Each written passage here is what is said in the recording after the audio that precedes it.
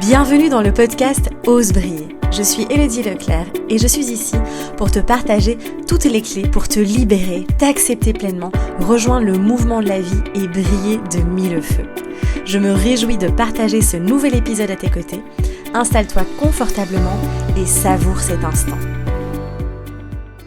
Salut beauté, j'espère que tu vas bien. On se retrouve dans un nouvel épisode du podcast où aujourd'hui on va parler de plaisir. Alors peut-être que tu as vu le titre et tu as dit « Ouh là là, ça va parler sexualité ». Pas que. Non, on va vraiment parler du plaisir en général. C'est, je pense, une notion dont on parle peu finalement. Parce qu'on est tellement dans une société, mais dans un rythme de vie, on va dire, et dans une exigence envers nous-mêmes. On est tout le temps en mode go, go, go. Il faut y aller, il faut réussir, il faut être productif, il faut machin. Et du coup, on ne s'autorise plus du tout le plaisir et on va vraiment plonger au cœur du sujet pour aller voir justement ce qui bloque les nœuds, les croyances. Et après, je vais évidemment te donner des clés pour que tu puisses justement aller explorer tout ça et t'autoriser le plaisir parce qu'on est quand même ici sur cette planète, sur la Terre, dans cette vie-ci, pour venir kiffer. On n'est pas là pour venir être en souffrance et subir la vie. Je pense que on vit des choses exceptionnelles et on est vivant, on ressent des choses, on vit des choses et c'est magique. Donc allons vraiment aussi honorer tout ça en s'autorisant le plaisir. Alors c'est vrai que c'est une notion que j'observe mais tellement souvent en accompagnement. Tu vas peut-être te reconnaître d'ailleurs là-dedans et que moi aussi je sais que j'ai expérimenté ça. Enfin, j'ai traversé aussi toute une période où c'était zéro plaisir. Parce qu'il y a derrière évidemment plein de blocages, plein de nœuds, plein de croyances, mais très très souvent on se retrouve vraiment à ne plus du tout s'autoriser le plaisir, à ne plus du tout prendre des moments juste. J'appelle ça, quand j'étais enseignante, on appelait ça des moments de gratuité. Donc des moments juste où on fait les choses sans aucun but derrière en fait. Alors le plaisir évidemment est un sujet très vaste, on va aborder plusieurs thèmes. On pourrait aller beaucoup plus loin, il y a plein de choses à dire. Ici je vais essayer de rester focalisée sur différents points. Mais clairement, voilà, il y a cette croyance-là. Du coup, blocage de plaisir, on bloque beaucoup aussi notre énergie, ça c'est clair et net. Donc, ça va être très intéressant de pouvoir aller débloquer tout ça. Alors, les croyances qu'il y a derrière. Première chose, on ne s'autorise pas le plaisir parce que derrière, il y a la vie est dure. Il faut bosser dur. On n'a rien sans rien. Voilà, je pense que ça doit te parler pour certains. Tu as peut-être entendu ça quand tu es dans ton enfance.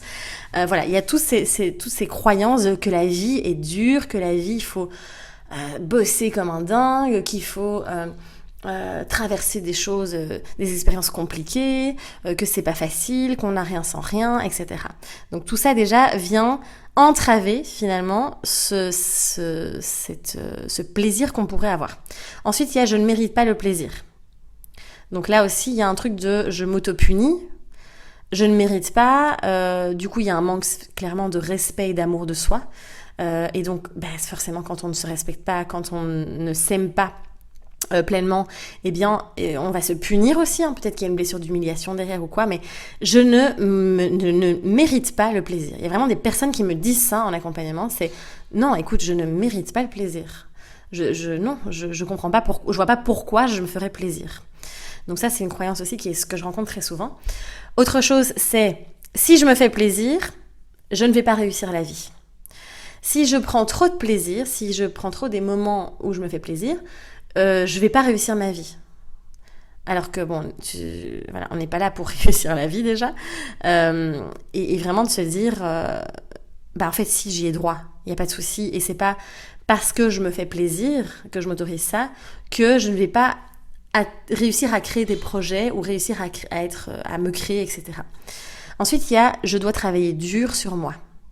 Alors ça, c'est je dois travailler dur sur moi, j'ai souvent des personnes qui sont déjà dans le développement personnel depuis longtemps et qui en fait passent leur journée à bosser sur elles, à s'auto-analyser, à lire des livres, à regarder des vidéos, et ça va peut-être te parler, à écouter des podcasts, peut-être que tu écoutes ce podcast, j'espère bien, et vraiment je dois travailler dur sur moi, je dois devenir la meilleure version de moi-même, tu sais que j'aime bien rigoler avec ça.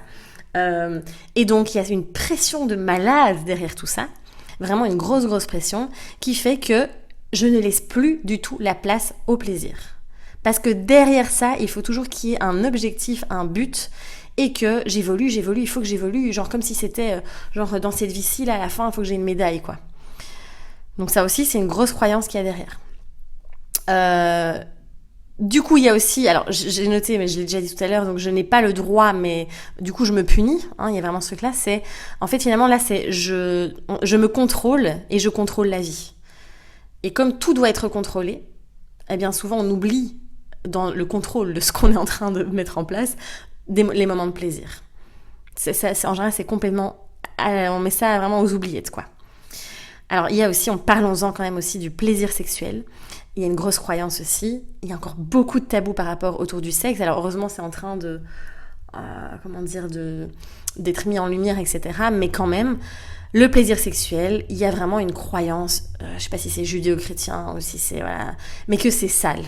Combien de personnes, je n'ai pas en accompagnement, qui me disent « Je me faisais plaisir quand j'étais adolescente, mon père ou ma mère m'a surpris et on m'a dit c'était sale. » Tu imagines le blocage que ça vient créer au niveau du plaisir sexuel. Genre, c'est comme si, non, le sexe, c'est sale. Donc, évidemment, si tu associes déjà en tant qu'ado, le sexe, c'est sale, ou même en tant qu'enfant, parce qu'enfant, quand on observe les enfants, pour eux, genre le sexe c'est dégueulasse. Et en fait, du coup, il y a cette croyance qui est là, et du coup, forcément, les personnes ne s'autorisent pas le plaisir, puisqu'elles ont encodé dans leur programme, dans leur système, que c'était sale. Alors, c'est une des croyances, il y en a plein d'autres au niveau sexuel, du plaisir sexuel. Mais voilà, ça aussi, c'est un gros blocage. Et donc, le nombre de femmes, moi, que j'accompagne, qui ont le chakra sacré, qui est justement le cœur du plaisir sexuel, des émotions, de la nourriture, de la créativité, etc., qui est complètement fermé, complètement bloqué, et du coup, qui ne s'autorise vraiment aucun plaisir. Et donc, l'idée, c'est vraiment d'aller à nouveau créer du plaisir et savourer et kiffer. Et ça a un impact de ouf sur la santé et le bien-être. Franchement, tu verras, c'est assez incroyable. Alors, mon expérience, moi, c'est que clairement, il y a toujours eu tellement d'exigences, de rigidité. Alors ça, c'est très lié à la blessure d'injustice aussi. Quand il y a le masque de la rigidité, on ne s'autorise pas le plaisir. Il y a une perfection derrière, une exigence qui est vraiment énorme. Ça va peut-être te parler. Je pense que j'avais fait un épisode sur la blessure d'injustice, si je me trompe pas, une vidéo. Donc tu n'hésites pas à aller la voir sur la chaîne YouTube.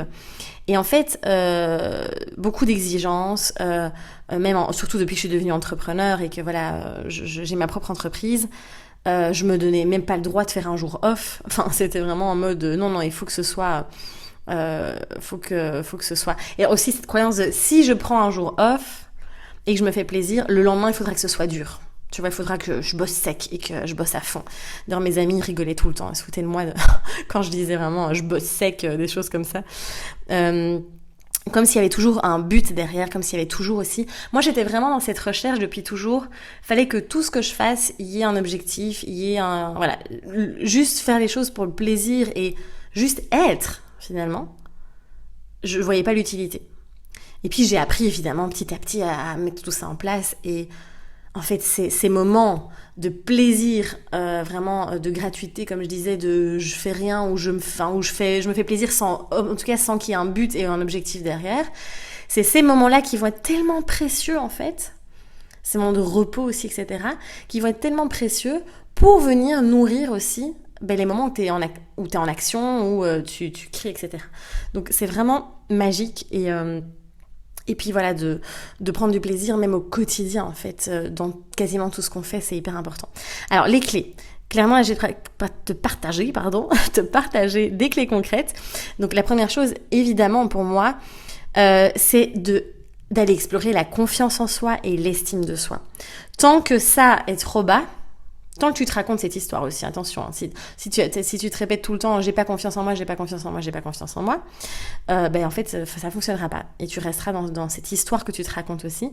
À partir du moment où tu vas booster ça, eh bien tu vas avoir assez de respect pour toi que pour t'autoriser le plaisir. Donc ça c'est une des premières clés qui va être fondamentale.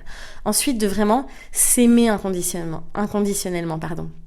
de se donner le droit d'être, d'avoir, de faire et d'exprimer. Tu vois, c'est tout ça. C'est vraiment de t'aimer sans condition. Et du coup, tu vas t'autoriser, tu vas te donner le droit d'avoir tous ces plaisirs. Et ça, c'est vraiment super important aussi. Alors, d'être en conscience, ça c'est une autre clé évidemment, de s'autoriser en conscience, de vivre et d'expérimenter. C'est-à-dire souvent on est un peu en mode pilote automatique, donc on voit pas trop qu'en fait qu'on bloque le plaisir, et donc d'aller en conscience, de te dire à chaque fois mais oui, allez, je m'autorise à vivre. Quand quelqu'un te propose quelque chose, souvent c'est ah non.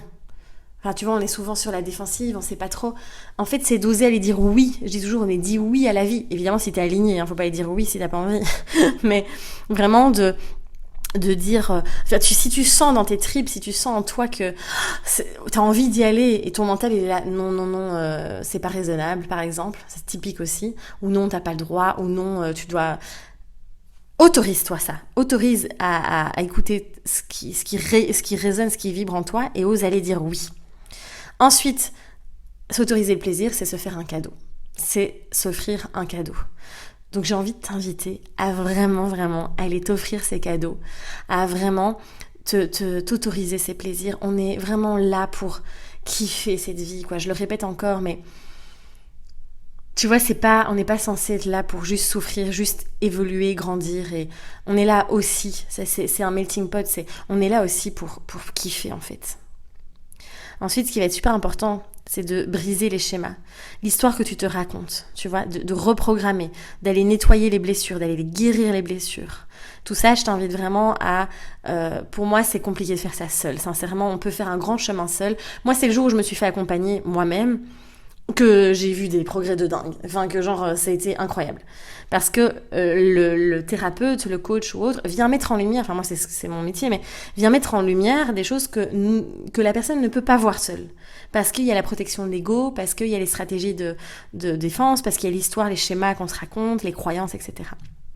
Mais donc à partir du moment où tu auras aussi brisé tout ça, tout ce que tu te racontes, eh bien tu pourras à nouveau t'autoriser ce plaisir aussi. Ça va être super intéressant. Une autre clé aussi, c'est d'aller prendre la décision d'être dans l'amour. C'est toujours bisounours, hein. Certaines personnes pensent ça quand je dis ça, mais non, c'est vraiment je choisis l'amour et donc je m'autorise le plaisir. Quand on est dans l'interdiction, je m'interdis le plaisir, on est dans la peur. Alors c'est intéressant d'aller voir qu'est-ce qu'il y a derrière, quelles sont les peurs qu'il y a derrière aussi. Cette interdiction de me faire plaisir. Ensuite, c'est de passer à l'action. Il n'y a pas 36 000 secrets non plus. C'est de juste le faire malgré les doutes, malgré toutes les croyances, malgré la petite voix intérieure qui vient juger, critiquer. C'est de le faire. Vas-y, juste autorise-toi le plaisir et teste. Et plus tu vas prendre du plaisir, plus tu vas kiffer, tu vas dire mais c'est génial et en fait j'ai droit à ça et ça me booste et ça me porte et ça me crée du bien-être et je me sens bien. Donc go en fait. Moi là, le fait de faire des journées où je ne travaille pas du tout, où je vais généralement faire des choses que j'aime sans aucun objectif derrière, eh bien ça me permet vraiment comment dire, juste de l'avoir fait m'a permis de voir à quel point ça me faisait du bien. Et du coup, maintenant, je peux le refaire sans plus aucune culpabilité, sans plus aucune résistance. C'est devenu naturel, c'est devenu ancré. Et c'est pour ça, moi, comment j'y suis arrivée aussi, c'est en planifiant. Tu vois, dans ma semaine, maintenant, je planifie mes moments où je vais prendre faire des activités juste pour le plaisir, en fait. Et ça va vraiment être important de prendre du temps pour moi, en fait. Donc voilà, ça c'est vraiment... Et donc ça permet au début de planifier et de passer à l'action aussi. Planifier les moments, pour ça aussi. Et puis du coup de laisser tomber la culpabilité, hein, clairement. De revenir, on revient toujours à ça, je t'en parle beaucoup, on est dans cette posture de responsable, de personne responsable, de pas culpabiliser de se faire plaisir, hein, même quand...